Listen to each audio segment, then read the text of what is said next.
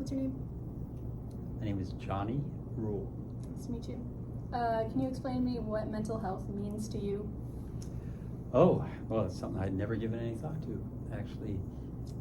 My first thought is whether or not I'm cognitive. I have a sister who has dementia, so that's my first thought, but I know that's not how it's usually used. It's usually used with people who are not in control of the way I think of it, in control of their emotions, probably more than anything else, and their ability to make logical conclusions. Okay. Do you think that you can have good mental health and bad mental health? Oh, yes. Yeah? Yes. What would good mental health look like to you?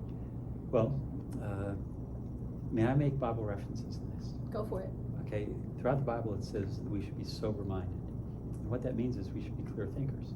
So anything that impairs my ability to think clearly would be detrimental to me.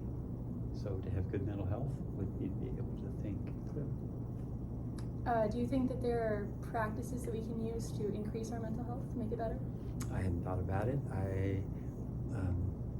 Well, in that way, I think being social. So we are social creatures.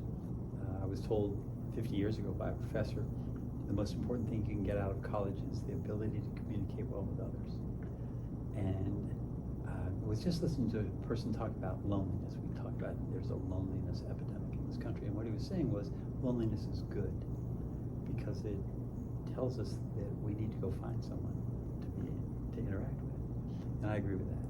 And I think we need times to be apart. I think that can be very healthy. I think that can also increase our mental health, to have those times when all the chaos of the world isn't pushing in on us and we can actually think.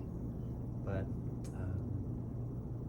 I also think it's important for us to find times to have healthy interactions with people.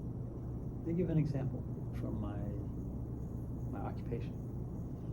We would take people out in the woods for 23 days at a time.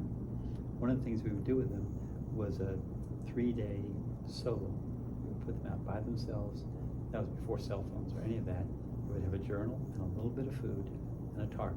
They would spend 3 days. And none of them, of course, in our society had ever spent 3 days really alone. It was one of the first times for them to have to look into themselves and see what was going on. And their journals were very, they reflected a lot of that. So that was a time when being alone was very important. But of course, they were anxious to get back to the group, and that's important as well. I think in the new decade even, the conversation about mental health has grown exponentially. Like you said, you had never even thought about it before. Mm-hmm. Do you think that it's important to have a discussion openly about mental health, or do you think it's something that people should have to deal with themselves? No. Let's see. You had a couple questions there. I'll leave the last one. But I think my generation, we interacted more with people. And you're a millennial? Well, I'll tell you this. I'm 74. I don't put Whatever labels on it. Yes. So I was raised in the 50s, 60s, and we had a television. But if I was inside watching television, Mom would say, "Why don't you go outside?" It was a special thing for us to watch television. We had a landline in our house, which was a party line, and you never talked more than 5 minutes on the phone. And the phone was in the main room, so everybody heard the conversations. So because of that, our communication was very different. If you wanted to see somebody, you went to their house. We saw people face to face. We did a lot of things together. We spent a lot of time outdoors. I think as a result of that, just in general, we were living away closer to the way I think we were designed to live, outdoors in community. And now, if you became wealthy, you would say to me, "Oh, we've got a 4,000 square foot house, and each of my children has their own room, and they have their own phone, and they have their own car, and they have their own." And so what do? They come home and they go into their room. You don't know who they're talking to, and you think that's a good thing somehow, but we've actually separated the family, isolated each other.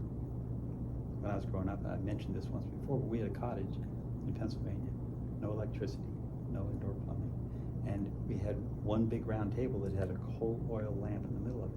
Anybody who wanted to do anything after dark had to sit at that table.